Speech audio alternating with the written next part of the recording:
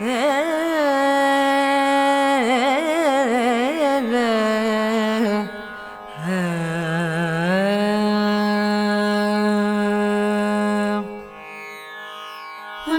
உலகம் அளந்தாயடி போற்றி, அன்றி உலகம் அளந்தாயடி போற்றி, அன்றி உலகம் அளந்தாயடி போற்றி. சென்றங்கு தென்னீலங்கை சேற்றாய் தீரல் போற்றி, சென்றங்கு தென்னீலங்கை சேற்றாய் தீரல் போற்றி. புல்ரச்சகடம் உதைத்தாய் புகழ் போற்றி, புல்ரச்சகடம் உதைத்தாய் புகழ் போற்றி. கன்று குணிலாய் எறிந்தாய் கழல் போற்றி, கன்று குணிலாய் எறிந்தாய் கழல் போற்றி. குன்று குடையாய் எடுத்தாய் குணம் போற்றி, குன்று குடையாய் எடுத்தாய் குணம் போற்றி. வென்று பகை கேடுக்கும் நின் கையில் வேல் போற்றி, வென்று பகை கேடுக்கும் நின் கையில் வேல் போற்றி. என்றென்றும் உன் சேவகமே ஏத்தி பறி கொள்வான், என்றென்றும் உன் சேவகமே ஏத்தி பறி கொள்வான், என்றென்றும் உன் சேவகமே ஏத்தி பறி கொள்வான். இன்றையாமல்தோம் இருங்கெலோரியும் பாவாய், இன்றையாமல்தோம் இருங்கெலோரியும் பாவாய்.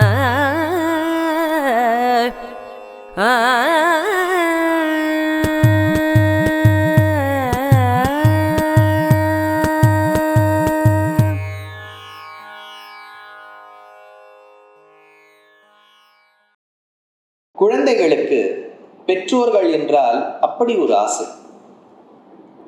அதுவும் ஆண்டாளுக்கு தந்தையான பெரியாழ்வாரை கண்டால் அந்த பக்தியும் ஸ்ரத்தையும் இருக்காதோ.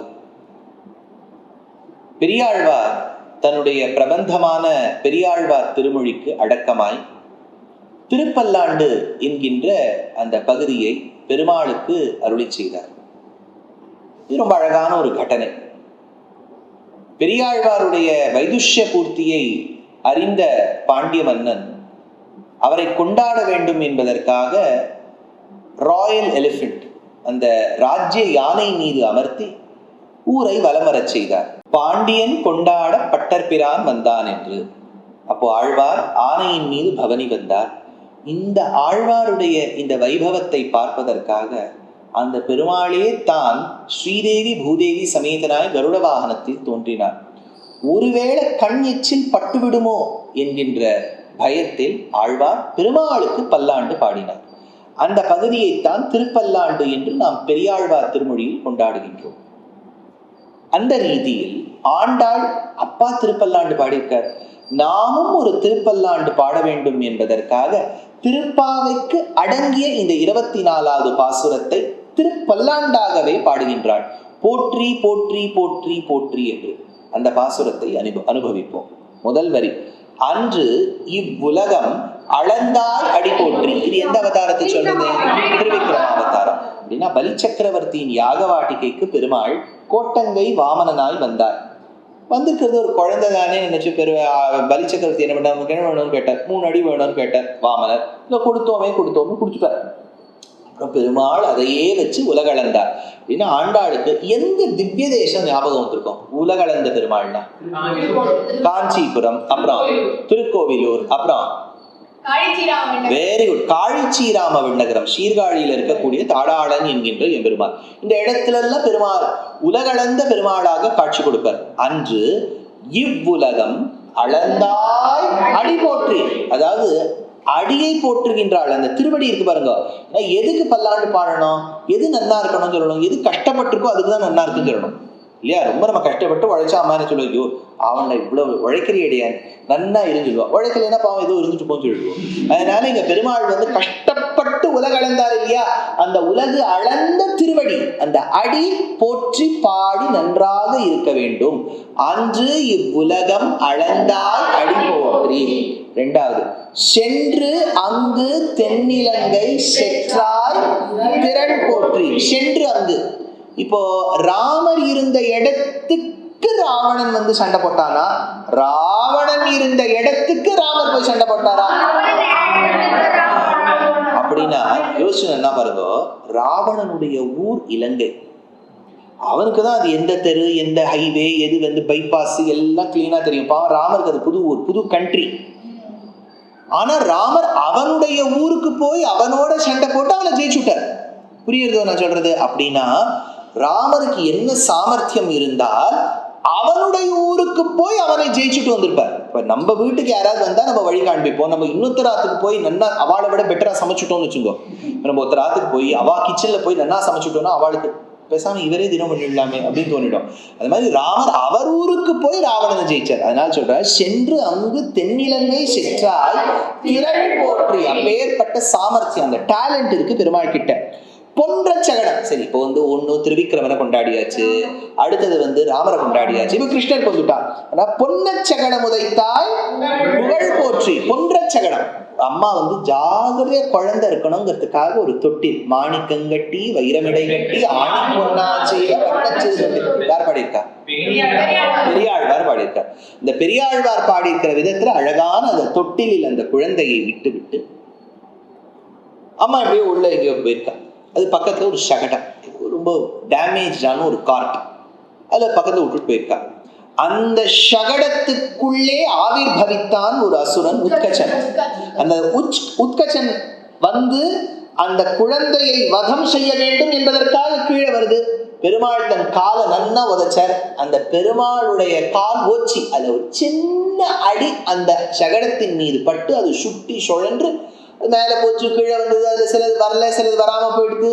ஏன்னா பாதி பாகத்துக்கு சுத்த சத்துவம் ஆயிடுத்துன்னார் நாராயண பட்டதி, மோட்சமே கிடைச்சுடுத்துனார்.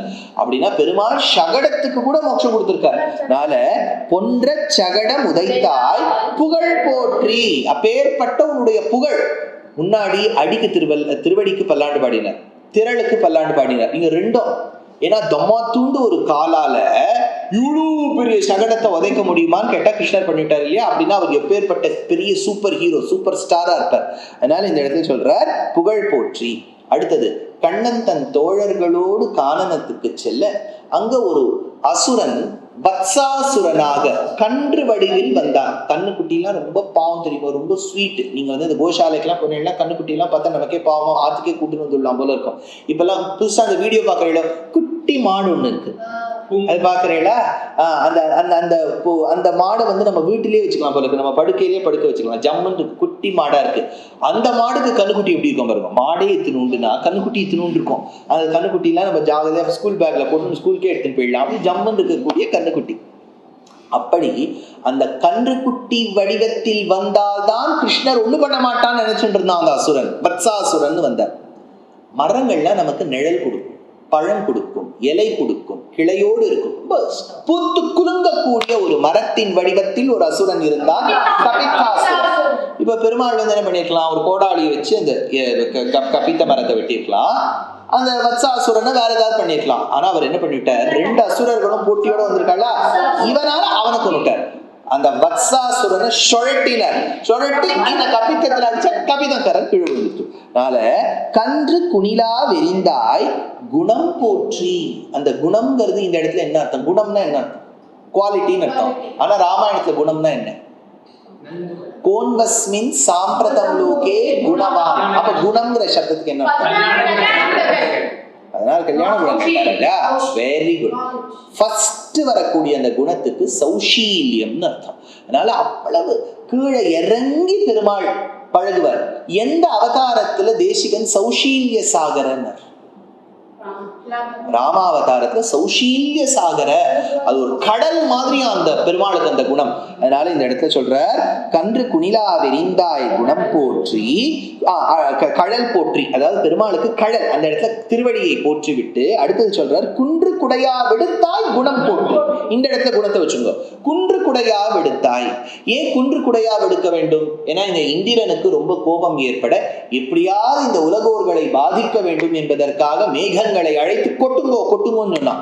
அவ கிருஷ்ணர் என்ன பண்ணார், எந்த மலையை பூஜிக்க வைத்தாரோ கோவர்தனத்தை, அந்த கோவர்தனத்தையே பிடித்து கொண்டு எத்துணை நாள் 7 நாள் அந்த மக்களையும் பசுக்களையும் ஆவையும் கண்ணுக்குட்டியும் காப்பாத்தினார். அதனால அப்பேற்பட்ட குன்று குடையா வெடுத்தாய் குணம் போற்றி, முன்னாடி நான் சொன்ன பாருங்க, கன்று குணிலா எரிந்தாய் கடல் போற்றி. அந்த இடத்துல பெருமாளுடைய திருவடிக்கு தான் பல்லாண்டு. ஏன்னா பெருமாள் வந்து ஊனிட்டு அடிக்கிறார் இல்லையா, அப்ப அவர் ரொம்ப ஸ்ட்ரெஸ் கொடுத்தவங்க கால்கெல்லாம் வலிக்கிறதாம், பக்கத்துல மூவு ஓலி நீலாம் இல்லையா. அதனால அந்த திருவடிக்கு நான் பல்லாண்டு பாடிவிட்டால் அந்த திருவடி நன்றாக வாழுமே, கழல் போற்றினர். இங்க குணம் போற்றி என்று அந்த பெருமாள் அந்த மலையை பிடித்த குணத்தை சொன்னார். அடுத்தது, வென்று பகை கெடுக்கும் நின் கையில் வேல் போற்றி. பிற்காலத்துல பாணாசுரனோடு யுத்தம் செய்யும் போது கார்த்திகையானும் கரிமுகத்தானும் என்று அந்த சிவபெருமானுடைய 2 புதல்வர்கள், நமக்கெல்லாம் ரொம்ப ஃப்ரெண்ட்ஸா இருக்கக்கூடிய கார்த்திகேயன் எம்பெருமான் முருகப்பெருமானும் கணபதியும், ஏன்னா அவ வந்து ஒரு பேக்டோட இருந்த பாணாசுரனை ரட்சிக்க வேண்டும், இல்லாட்டா அவ வந்து விஷ்ணுவுடைய ஃப்ரெண்ட்ஸ் தான். அப்ப கிருஷ்ணரோட சண்டை போட வரும்போது பெருமாள் என்ன பண்ணிட்டார், மருமான் தானே, சொந்த சிஸ்டர்ஸ் பிள்ளை தானே, அதனால முருகன் கிட்டேந்து முருகன் என்ன பண்ணிட்டார், அதான் இந்த போரை ஜெயிச்சாச்சு, வேலை பிடின்னு வேலை கொடுத்து விட்டாராம். வென்று பகை கெடுக்கும் நின் கையில் வேல் போற்றி, என்றென்றும் உன் சேவகமே ஏத்தி பறை கொள்வான். என்னென்னைக்கும் நாங்கள் பிரார்த்திப்பது உனக்கு நாங்கள் சேவை செய்து கொண்டே இருக்க வேண்டும். என்ன சேவை? கோகனட் சேவை. கோகனட் சேவை எல்லாம் இல்லையா, திருவடி சேவை சார். நீங்க என்ன கோகனட் சேவை எலிஞ்சபழ சேவைன்னு உட்கார்ந்து இருக்கு. அதனால என்றென்றும் உன் சேவகமே ஏற்றி பறை கொள்வான், உனக்கு என்னைக்குமே நாங்க கைங்கரியம் பண்ணிட்டு இருக்கணும். பறை கொள்வான், மறுபடியும் பறை வந்துட்டு பார்த்தீங்களா, அந்த பறை விடவே மாட்டேங்கிற ஆண்டாள். இன்றியாம் வந்தோம், இன்னைக்கு நாங்க வந்துட்டோமே. உன்னதான் 21வது பாசுரத்துல ஆச்சாரியன்னு கொண்டாடி இருக்கேனே, 22வது பாசுரத்துல அழகான கண்களை திறந்து பாருன்னு சொல்லியிருக்கேனே, 23வது பாசுரத்தை சிங்கம்னு சொல்லியிருக்கேனே, 24வது பாசுரத்துல உனக்கு பல்லாண்டே பாடுறேனே. அதனால பறை கொள்வான், இன்றியாம் வந்தோம் இறங்கு அப்படின்னு. அப்ப கிருஷ்ணர் கேட்டார், சரி இதெல்லாம் எழுந்துக்கோ பாரு இதெல்லாம் சொல்றியே, எனக்கு அப்படிலாம் பெருமை இருக்கா? நான் அவ்வளவு யுனிக்கா, என்ன நான் அவ்வளவு தனித்து இருக்கக்கூடியவனா? என்ன என்னுடைய சரித்திரத்துல அவ்வளவு விஷயங்கள் நடந்திருக்கா? ஆமா கிருஷ்ணா, எல்லாமே உனக்கு டிஃப்ரெண்டா நடந்திருக்கு. உன் வழி தனி வழி.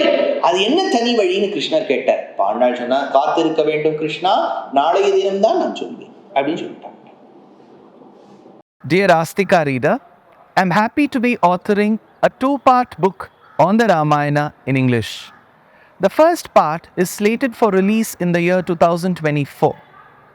The book aims to recreate and retell the Ramayana of Valmiki, conforming to the ancient commentaries and other allied literature. To receive notifications of the book release, kindly register with www.deshikadaya.org/books. Namaskaram. Namaskaram Astikas. I am tentatively scheduled to travel to Abu Dhabi and Dubai in the mid-February, to 7 cities in the countries of Australia and New Zealand, namely Adelaide, Perth, Brisbane, Sydney, Melbourne, Auckland and Wellington, between the 25th of February and the 25th of March. I am scheduled to travel to Singapore either in the month of April or January, and later I'll be rendering discourses in New Jersey, Boston, Maryland, Pittsburgh, and then in St. Louis and Indianapolis in the month of July. I'm sure you would love to share this message with your friends and relatives.